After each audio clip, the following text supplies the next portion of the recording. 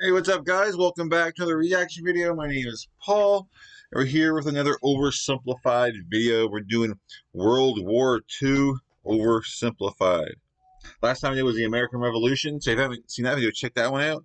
And now we're doing World War II. So from one war to the next, right? All right. Let's check this out, guys. Beforehand, please hit the like and subscribe. That'd be great. Thank you very much. And let's jump into it. Hope everyone had a Merry Christmas. I wonder who's going to win. This video was made possible by Skillshare. We haven't yet. Churchill was a man with many talents. He was an artist, a butterfly enthusiast, and he had an unpublished manuscript about aliens. Clearly, he was a man with an insatiable thirst for knowledge. Maybe he could have loaded up his computer and logged onto Skillshare, an online learning community with more than 19,000 classes in design, business, technology, and more. Perhaps he was considering a side career in fashion, but didn't know where to start. On Skillshare, he would find courses in fashion design and garment construction. Or if he wanted to learn app design, improve his photography, or just how to make a really good quesadilla, he would have found courses for all of these and more on Skillshare. Skillshare gives you access to high-quality classes taught by genuine experts working in their field. I work heavily with animation, and I was genuinely blown away by the number of really useful courses available to me, like this class full of tips and tricks for creating vector art, or this one for creating character walk cycles. For an annual subscription, Skillshare is under $10 a month. And if you'd like to try it out first, then I've got a deal just for Oversimplified viewers. The first 1,000 people to use this link, which can be found in the description, will get their first 2 months of Skillshare for just 99 cents. Be sure to try it out using the link in the description and learn something new today. I wish I now, without further ado, for people who want to advertise here, that'd be great. It's 1902. A young man by the name of Benito Mussolini moves from Italy to Switzerland to avoid military service.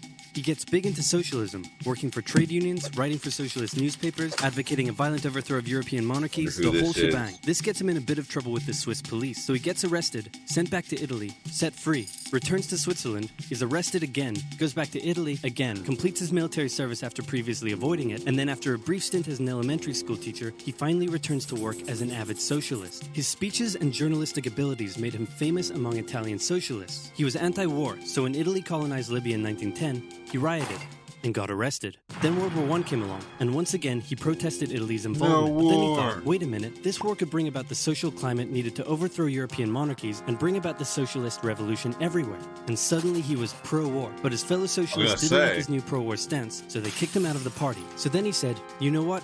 I'm done with socialism. We need something new, not based on class divisions tearing us apart, but based on unity through nationality. We'll conquer the Mediterranean and reunite all Italian peoples just like the days of the Roman Empire. I'll call it fascismo, and it will guide the Italian nation to greatness. That's all well and good, Mr. Mussolini, but what kind of haircut am I giving you? Let's go with bold.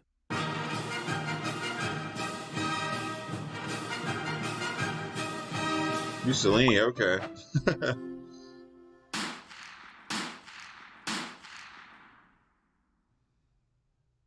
Italy had been on the winner's side in World War I, and they hoped they were going to get a lot out of it, but in the end, they only got a little, and they felt cheated. On top of that, a bad economy and weak governments meant that the Italian people were a little unhappy. So when Mussolini came along and said that he could fix everything, his fascist movement gained a lot of support. In 1922, he went to the king and said, make me prime minister, or I'll make me prime minister. And the king said, you and what army?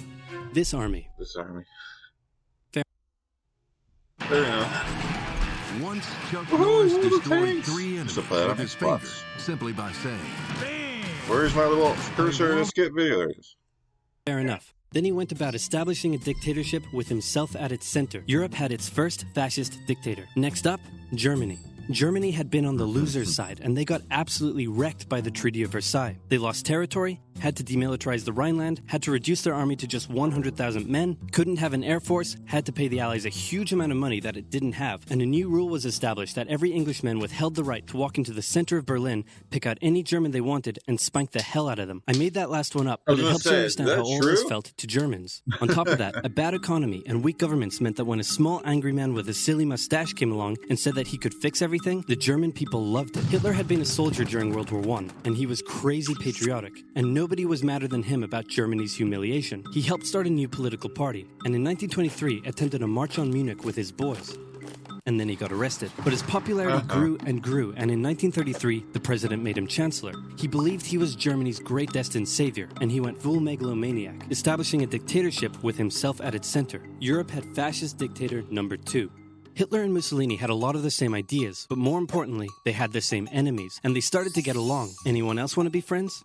Franco? No? You good? I do. Who's that? It's Japan, and they've taken over northern China. Let's rewind a bit. Japan had isolated itself from the rest of the world for over 200 years until the Americans showed up and said, you're going to trade with us and you're going to like it. Then the Western powers imposed a bunch of unequal treaties, meaning Japan's economy was bust. They also had no natural resources, so they decided to go get some. They went to war with China to gain a sphere of influence over Korea, and they took a bunch of China's stuff. But then the West said, hey, cut that out. And since Japan couldn't take on the West, they said, okay, I guess we'll just go home. Wait a minute, what are you doing? Taking advantage of a weakened China and setting up spheres of influence. But I was the one who weakened them. We know. And you guys didn't let me have anything. We know. That seems unfair. We don't think so. Okay, see ya. So Japan thought, screw this, and went to war with Russia, and stunned everyone by actually winning. Then they fully annexed Korea, but they didn't stop there. In World War I, they took Germany's colonies and islands in Asia. And then in an incident that was maybe staged by the Japanese army, a bomb blew up a Japanese train in Manchuria, giving them an excuse to launch an invasion and take over. So here's the situation. Nazi Germany, Fascist Italy, and Japan all believe they're racially superior, all feel hostility towards the Allies, and all want to militarize and take over more stuff. And so they did. Let's start with Germany. Hitler hated the Treaty of Versailles, and now he was ready to begin undoing it. In complete violation of the treaty, the first Luftwaffe squadrons were set up, conscription was introduced, and he pimped up his army. The Allies did nothing. Then Hitler sent his army back into the demilitarized Rhineland, giving orders to immediately retreat if the Allies showed up. The Allies did nothing. With his military re-strengthened, he could now move on to step 2. He wanted to rapidly increase the Aryan population, and to do so, he needed Lebensraum, or in other words, he would have to take over the world. But for now, a good portion of Europe would do, and he began eyeing up his neighbors. The Allies finally started to get worried, so they implemented a fairly useless diplomatic strategy called appeasement, and it went a little something like this. Hitler would say, I want that thing, and the Allies would say, you can't have that thing. Okay, you can have that thing, but no more. I want that thing. And repeat. And repeat. Until someone actually does something we all shop online, right? And when we do, we always see that little skip promo another code field. In 1938, Hitler's army marched into Austria and just took it, with no resistance. Boom, this is Germany now. Next, he demanded to be given the Sudetenland, an area of Czechoslovakia with many ethnic Germans. The Allies held a meeting with Hitler in Munich and said, look, we're going to give you what... Hang on, this meeting is about my territory. Shouldn't I come to the meeting too? So Germany could have just kept a lot of territory. Anyway, we're going to give you what you want.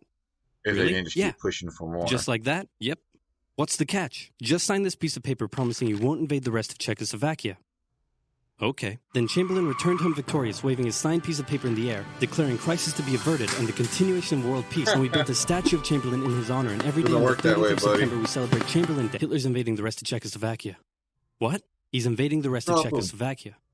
Oh. You lied to me. What do you expect? I'm Hitler. Not to be outdone, Mussolini also wanted to get in on the action. He thought to himself, isn't there a not yet colonized nation somewhere which is so underdeveloped that the people would be defending themselves against our tanks with literal bows and arrows and wooden spears? Oh, there is? Fantastic. And so he took it. Italy also wanted to control the entrance to the Adriatic Sea, so they occupied Albania. Then, in another incident which was maybe staged by the Japanese, gunfire was exchanged by Japanese and Chinese troops at the Marco Polo Bridge, and the Japanese launched yet another invasion against China. They swept through Beijing and Shanghai, and then advanced through the Yangtze Valley to China's then capital, Nanking. It was here that saw the worst of Japan's shocking atrocities committed against the Chinese people. Back in Europe, Germany and Italy made their relationship status official by signing the Pact of Steel. Then, Hitler turned his eyes towards Poland and the hated Polish corridor splitting Germany in two. At this point, the Allies really had to put their foot down, and they warned him that an invasion of Poland would mean war. Hitler had planned to continue his advance eastward, but he didn't want to end up fighting a war on two fronts. So for now, he made an alliance with Stalin, saying, how about we both invade Poland and split it between the two of us, and I definitely won't not refrain from not betraying you sometime in the future. Okay. Sounds... good. Good. There you go. This new alliance stunned the West. On the 1st of September 1939, German troops entered Poland, and Britain and France declared war on Germany. The Poles fought hard, but they were no match for the two giants crashing down on them from either side. Right. Then came a period known as the Phony War, where everyone just sort of sat around not doing much. The French had launched a small invasion into the Saarland, but they maintained mostly defensive positions, and after a while decided to just turn around and call I wonder if Germany, if Germany just both sides, Russia and Germany, just stopped right there. They probably just kept able to keep all that land they gained, if they just didn't fight any farther. You think? I don't know. Call it a day. Speaking of France, the French were still super proud of their victory in World War I, and they hadn't really moved on from it. They still used horses, they dispatched messages by motorbike instead of using radio, orders from the commander-in-chief were usually pretty vague, and the troops were rarely inspected. They built a line of defenses along their German border, but didn't bother extending it all the way to the Channel, and they wouldn't launch artillery strikes against Germany out of fear of being retaliated against. In a war, they didn't want to attack the enemy. And at first the UK wasn't much better. Chamberlain still naively hoped that the war could be ended diplomatically. Instead of bombing raids, the RAF dropped propaganda leaflets over German cities, which one air marshal said likely did nothing but provide the continent with toilet paper for the duration of the war. They also only sent 200,000 men to France, while the French had mobilized millions. Both Britain and France wanted to avoid a repeat of the First World War, and so they wanted to keep the war as far from home as possible. So they turned their eyes north, towards Norway. Neutral Sweden was exporting iron ore to Germany through neutral Norway, so the Allies asked them if they could please stop exporting iron ore to Germany, but this request was refused. Then, the Soviet Union attacked Finland, so the Allies said, how about we land troops in Norway and move them across Sweden to go help out your good pal Finland, and along the way maybe take control of all your airfields. But Norway and Sweden still said no. So the UK mined the waters around Norway to force any transport ships into international waters, and they also attacked a German tanker they found in the area. Hitler realized what the Allies were up to, and he quickly moved to secure his supply of iron ore. He launched an invasion through Denmark into Norway. The Allies rushed to land troops at key ports along the coast, but Germany had taken control of Norway's airfield, and their air superiority decided the fight. The Allies had to retreat. After this slightly embarrassing failure, Chamberlain resigned and was replaced with Winston Churchill, who had a slightly different approach to dealing with the Germans. Hitler's overall strategy was similar to Germany's First World War strategy. Attack France, defeat France, knocking out the UK in the process, then turn on the Soviet Union and win the war. During the Phoney War, the Allies had given Hitler time to prepare his forces. Now, he was ready to attack. The Allies had wanted to place troops in Belgium, but Belgium had refused, and in a move that surprised pretty much no one, Hitler launched an invasion to get around France's defenses. The Allies charged into Belgium at full speed to meet the German invasion head-on, and it looked like a repeat of the First World War was coming. But this time, Hitler had a trick up his sleeve. Blitzkrieg. As the Germans advanced, they sent thousands of refugees westward, slowing down the Allies. Then, to the south, the French had left the Ardennes, an area full of hills and forests, pretty underdefended, because they thought it was naturally impenetrable. Well, the Germans were about to penetrate it with everything they had. They smashed 50 Wehrmacht divisions through and encircled the Allied armies at lightning speed. The best of the Allied forces were now trapped. The Germans squeezed in from all sides, taking out France's best armies and nearly wiping out the British too. But they managed to make a desperate last-minute escape at Dunkirk, with British civilian ships even making the perilous journey to bring their young men home. With most of the French forces depleted, the Germans breezed through, taking Paris, and France fell. What the Germans couldn't do in World War I, Hitler had done just like that.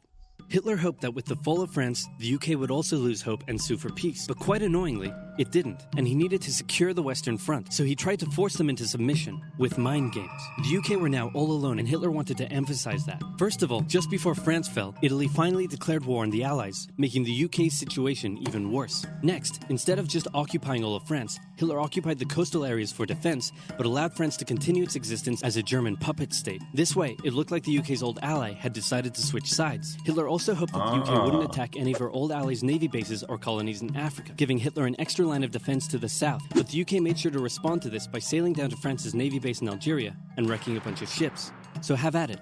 Hitler then began laying down plans for an invasion of Great Britain. Before German troops could land on British soil, he would first need air and naval superiority across the Channel. Waves of German bombers came, while the completely outnumbered RAF worked bravely around the clock in an attempt to quell the German attacks. At first, the Luftwaffe targeted British ports and coastal facilities. Then it attacked RAF bases, crippling the RAF's ability to defend the nation. And it looked like Hitler's Great British invasion was coming. But then, Churchill ordered a small, pretty insignificant bombing raid over Berlin. It didn't do much damage, but Hitler was furious, and he immediately ordered the Luftwaffe to refocus its attacks on civilian targets in London. Children were sent off to the countryside away from their parents to avoid danger, and frequent trips to air raid shelters became a daily occurrence. But British morale held firm. Smiling, knitting, lounging casually, these people have balls of steel. This refocusing on London also gave the RAF breathing space to reorganize, so Hitler kind of shot himself in the foot there.